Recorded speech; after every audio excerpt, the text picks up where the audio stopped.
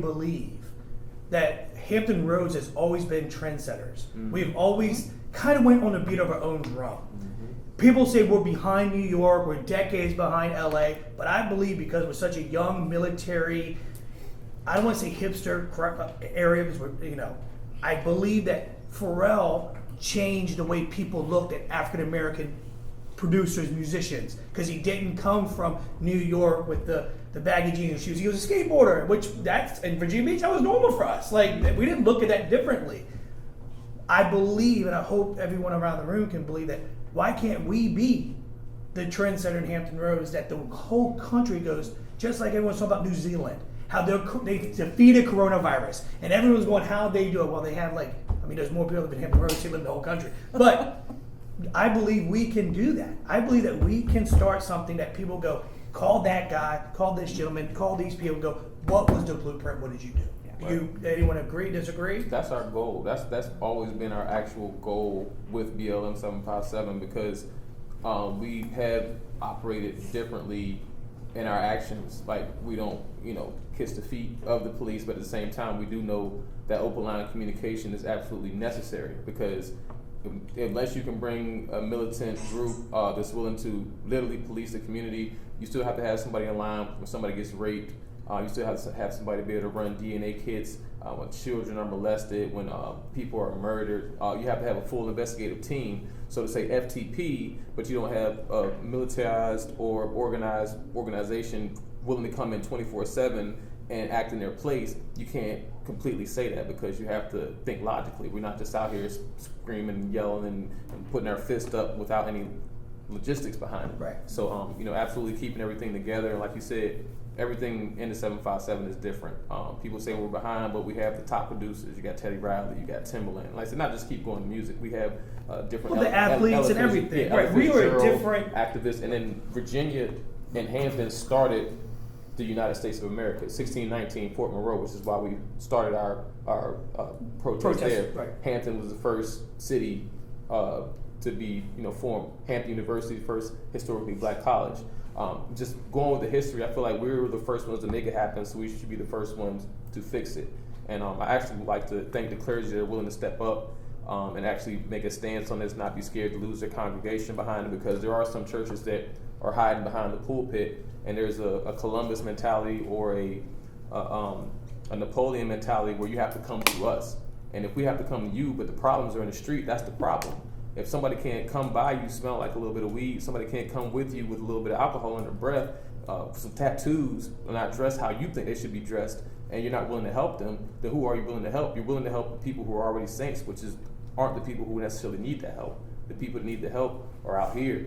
So that's why we like to take to the streets, shut things down, go out, protest the injustices, not just with police brutality, but how we treat veterans, how we handle mental health, how we handle our teachers and things of that nature, search for missing females, because law enforcement needs 24 hours. There's a lot of different problems. And the longer you're in this fight, the more you see there's more problems than you have fingers and hours in a day. So if we can connect everybody to, like you said, resources, this person handles this person handles that, this person handles this, they've been doing it for a while, at least get with them and try to form a nucleus, then we can see actual change. Yeah.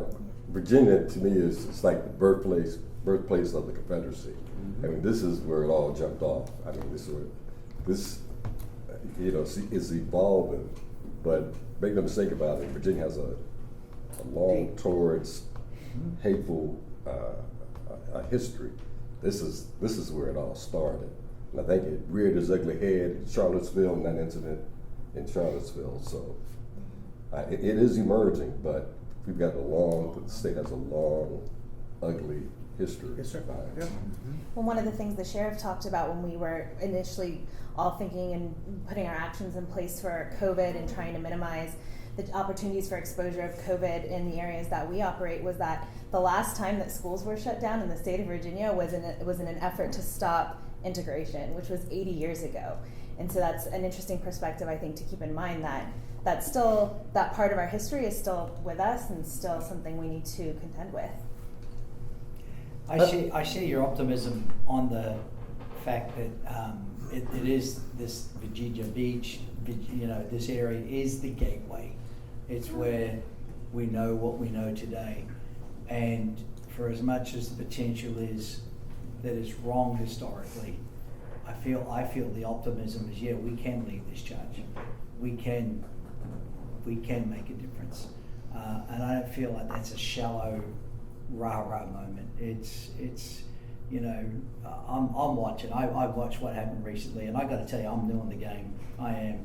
I was born in Queens, New York, was raised in Australia from 8 to 35, and I chose to live in Virginia Beach. Do you know what I mean? A lot of people born here, or a lot of people came here because of work, but I chose.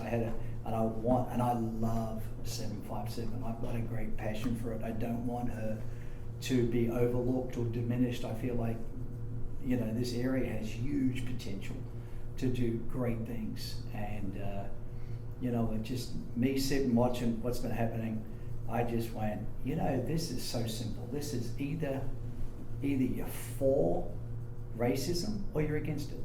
There is no neutral. There is no be quiet. There is no say nothing. It's you know, to me, it's just that simple.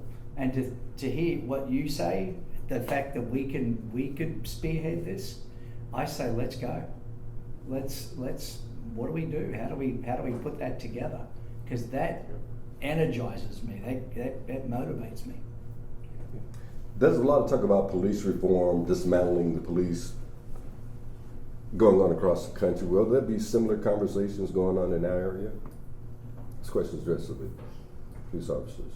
Police reform. So, for me, I would answer that our reform didn't start 2 weeks ago, it didn't start 2 months ago, it started decades ago. I was an officer during the Rodney King incident. That opened a lot of eyes. That opened people's eyes to what use of force looks like, what policing looks like. And it brought technology, even though it was an old camcorder, right? It brought technology to the table, and it allowed people to see firsthand what an arrest looked like, okay? So now we fast forward 30 years from Rodney King, just about 30 years. You know, we have body cameras out there.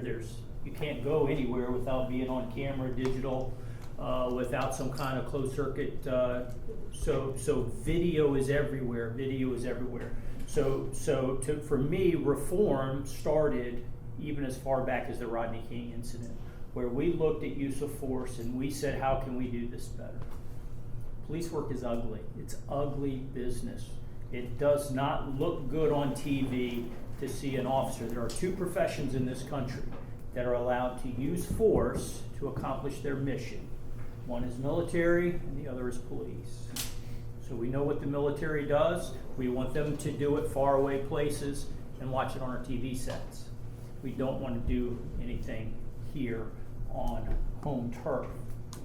Policing happens here on home turf, but policing really is about authority. Policing is about enforcing laws. It's about standing shoulder to shoulder with the good, honest, decent people of the city and helping them, the vulnerable, not be victims of crime, or if they are victims of crime, how do we seek justice for them?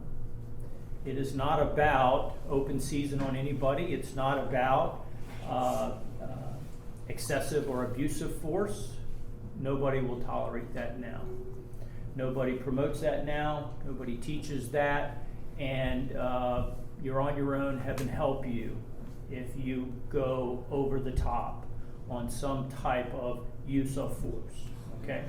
So the reforms for me started back then. We looked at things like better practices. How can we better accomplish our mission? Make an arrest, detain an individual, take a person to jail who has a court order to go to jail or who has committed a crime in our presence. We know the routine. How can we better accomplish that mission without having to use force? Okay. Simple things like reporting actions. Every officer who uses force against a citizen has to file a report.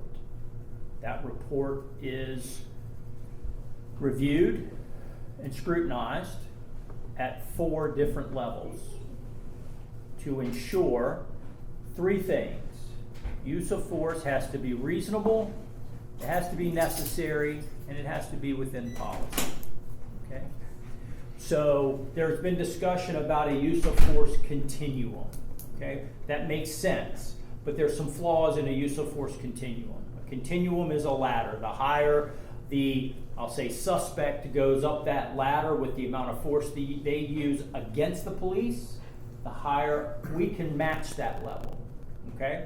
So if a person is using hands and fists to fight me to resist an arrest, I can use hands and fists to counter that resistance and make the arrest. Okay? That continuum goes up to deadly force, but here's where I say it's flawed. It does not account for every situation. So let me throw this scenario at you. An elderly woman wanders away from a nursing home, assisted living facility. We get the call. She was last seen 10 minutes ago. Here's her picture. An officer drives a half mile up the road, and there she is. She's walking. She's going somewhere, and we say, ma'am, I'm here to help you. I need you to come back. We're going to take you back to where you belong. Take you home. Very simple. The officer reaches out to help. Please come with me. She smacks him. She makes a fist. She's 80 years old and tries to resist the officer. Use of force continuum says, wow, you've been assaultive to me. I can be assaultive to you. And nowhere in anyone's right mind is that reasonable or necessary or within policy. But according to the use of force continuum, she assaulted me, I get to assault her. And that's not the case at all. So we've taken that use of force continuum and we've modified it. We've reformed it to say, okay, let's really take this on a case-by-case basis. And then to ensure that it's going the way we want it to go, we're going to review it every time. So technology is one way that's made us better. A complete revamp of policies has caused us to review everything we do.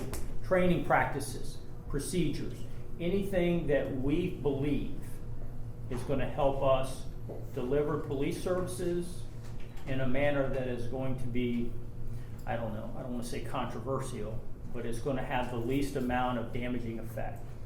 Because it's about building relationships, and it's about understanding that we've got a job to do, we've got to do it with dignity, we've got to do it with respect, all those things, okay? We hear the words de-escalation now. That's popular. That's something that I learned probably 15 or 20 years ago. It was called something else, but basically it was, for us, use of force needs to be a last resort. If I can talk to you for 5 or 10 minutes and calm you down a little bit so that we don't have to get into this pushing and shoveling and wrestling match where one or both of us is going to get hurt, then we both win, okay? There's no scoreboard that says I have 10 minutes to put you in handcuffs. If I can talk to you and calm you down, great. If you're not a threat to yourself or others, if you're not a threat to anyone, we have the time to do that. De-escalation, that's a very popular word. We hear that a lot. So that's part of the reform. So it didn't happen 2 weeks ago. This isn't something where we sat down 2 months ago and said, hey, these are kind of popular ideas. These happened decades ago and continue to happen. So, a couple questions. yes. Does the Virginia Beach Police Academy still teach the chokehold? No, we banned the chokehold. That is not allowed at all. Okay, so it's not used or taught. It's not used. Anything around the neck is a no-no. Same with the Virginia Beach Sheriff's Office. Chokeholds haven't been allowed for a very long time. I did this one time. Norfolk has had to make the change twice because they were outlawed, and then as happens over time, the trend went back the other way. They put them back in, and so then now they've recently changed them again. Captain, when you talk about 4 levels of review, are all of those reviews within the police department? Yes, they are. So you don't have a citizens review panel? No, but if people make a complaint against the officer, there are other measures to go. So when I talk about the use of force, I'm just talking about I arrested Mr. X here, okay? And he resisted. Now, here's the other thing. What qualifies as a use of force? Anything above you being 100% cooperative with me. If you tense up a little bit, like, nobody wants to go to jail, and maybe the reality takes a minute to sink in, and you just tense up, and I gotta kind of just help you get your arms behind your back, that's a use of force, okay? We think of use of force as, strikes and kicks and injury. It is anything above you voluntarily submitting to the authority of the police, okay? So at any of those 4 levels, is there a citizen review panel? No.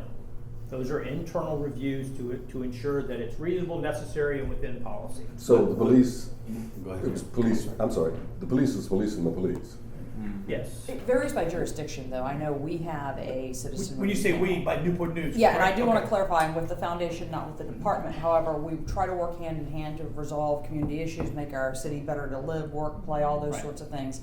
And we do have at a certain level, and you would have to contact our PIO to talk to them No, about. it's okay. what I it just wanted is. to make sure we knew that you Yes. were with Newport News. Yes. Right. Yeah, so it does vary by there is an jurisdiction. independent review panel, but it doesn't trigger just by somebody using force. There's a different manner to get to that. Do you know offhand, and I don't, I could look it up on my phone, what the CALIA recommendation is on that? For independent review Yes. panels? No, I don't. Not off the top of my head. I think therein lies part of the problem. I mean, how, and we saw that case in Georgia where the young man was gunned down. It took weeks before Sure. charges were made. Sure. You're talking about the gentleman jogging, correct? Jogging, Yes. yeah. Because that was like in February or March. Yeah, it was months. Right. That was, So, the district attorney, of course, is, the prosecuting attorney is friends of the police. Right. Trickle down. Yeah, it's just trickle down, so. Yeah, when you have a department that has integrity, that can work. But to assume integrity in a system in a nation that's systemically racist, you cannot assume that, make that assumption. Right. And I think to make that assumption is an immediate weakness, and I think it places an undue burden on the police force too, because it's like it's forcing them to be totally unbiased when no one is. So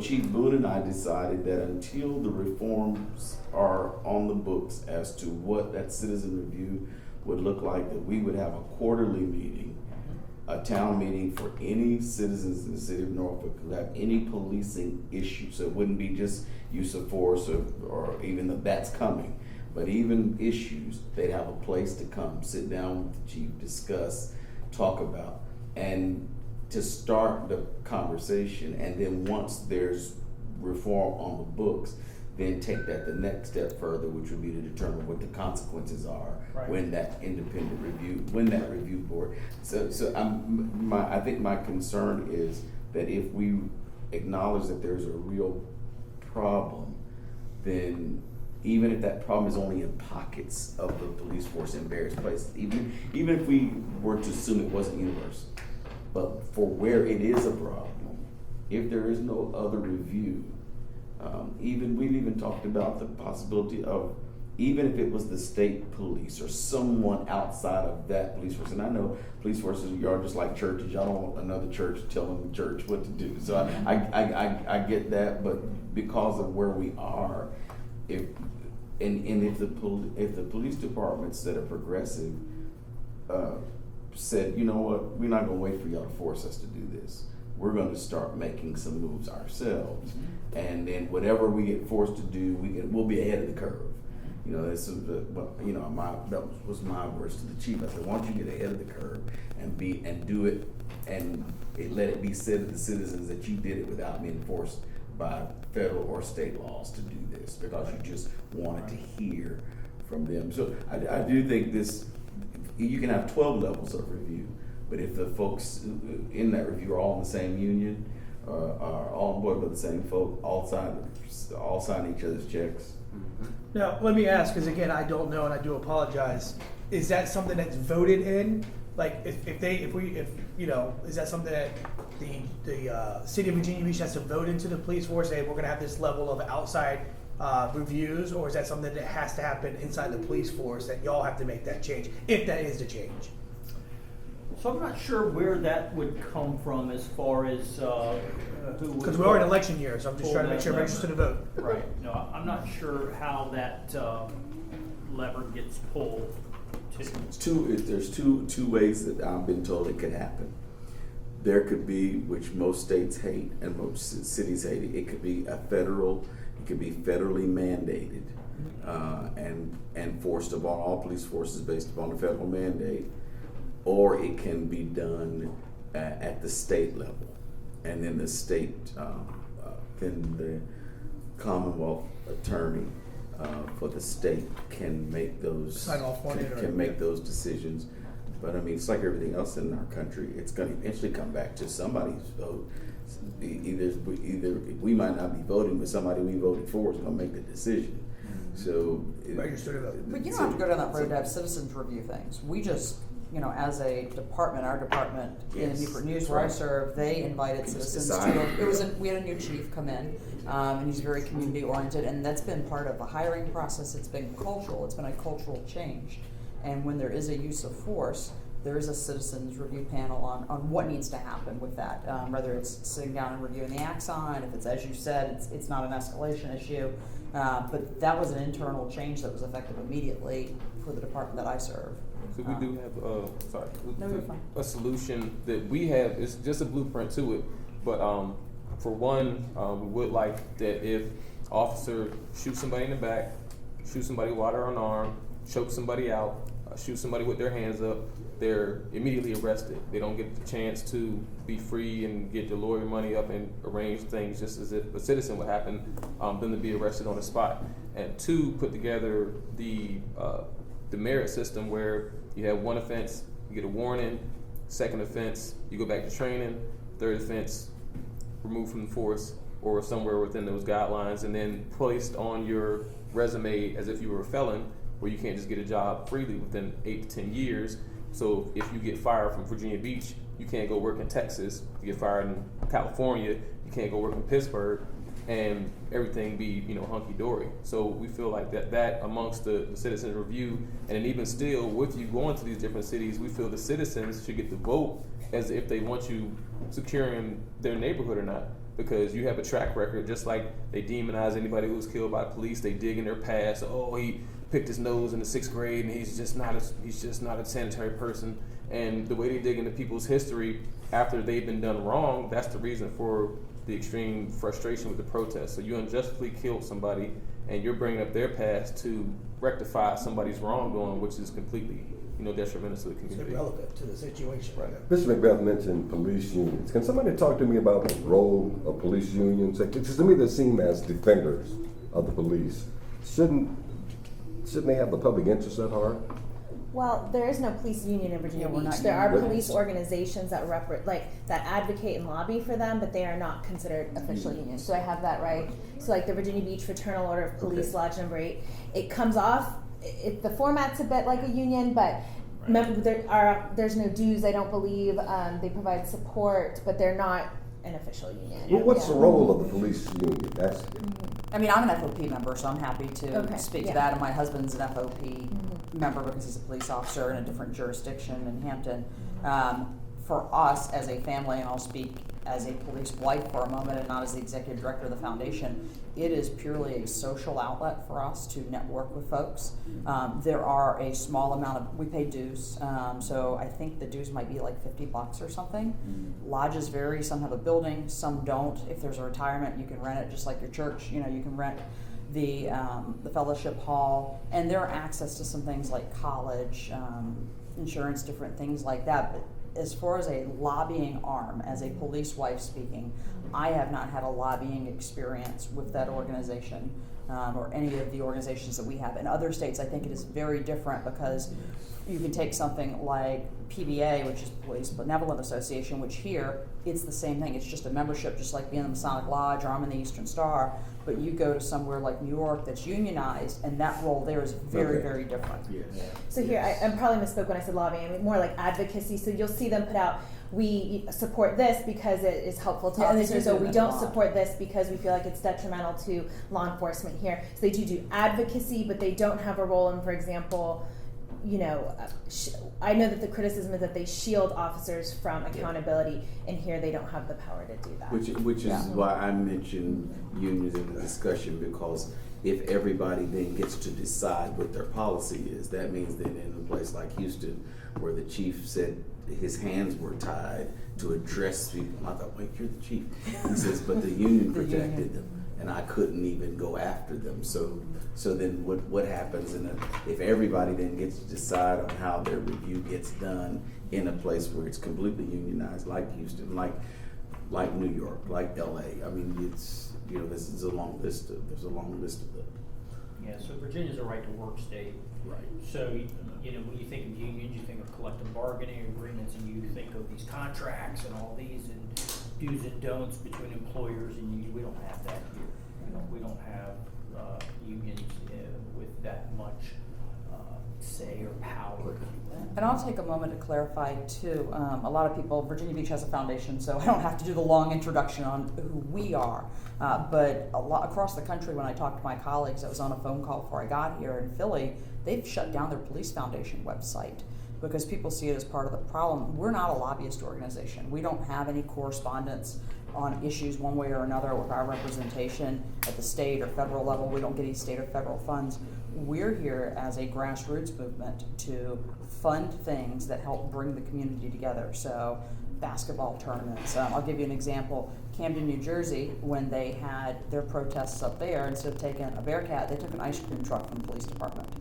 And that's kind of what we want to do, because we want to have those conversations and work towards the common goal of just making our city better. So I just want to clarify, we're not a lobbyist organization either. If I may change just slightly direction moving forward, I was praying about this all weekend, and it's really shook me to my core, just because how I was raised and how I'm raising my kids and how I just look at humanity and humans. And I'm definitely not perfect, but I was like, okay, what am I going to try to accomplish with me and Dale sitting here with you fine people who took time out of your day where you could be at the beach or sleeping, yeah. And I knew, like I said at the beginning, hey, don't worry, I got to be on the air in a couple hours. I'm going to go till 7. I'm like Steve when he goes up and he goes, I got 3 points. Actually, it's 10, but I'm just making 3. Like I said from the jump, we weren't going to solve this today, but I want to challenge, because I know we're viewing, I want to challenge the city of Virginia Beach. I want to challenge Newport News. I want to challenge 95.7, 0104, Pastor Steve, Bishop. We need to get their message heard to places that want to not pay attention to it. I know there's a lot of racial Virginia Beach businesses in Norfolk that, oh, it's fine. That's their problem. That's their issue. I'm not worried about it. I don't cater to that crowd. It is our job to say, hey, he needs to come speak to your staff. He needs to speak to your door guy. He needs to speak to your manager at this local restaurant. I'm not going to name anyone in particular. But we all know sitting at this table that there's a lot of businesses, a lot of people that that will not allow him to come speak because it's out of sight, out of mind. I'm challenging us to get his message and the message of us all coming together. We have to be the mouthpiece. And if you agree, great. If you don't, that's what I'm going to do. I'm going to go into places that I know that my word of saying, hey, this gentleman needs to speak. He needs to talk to your customers. He needs to talk to your fans.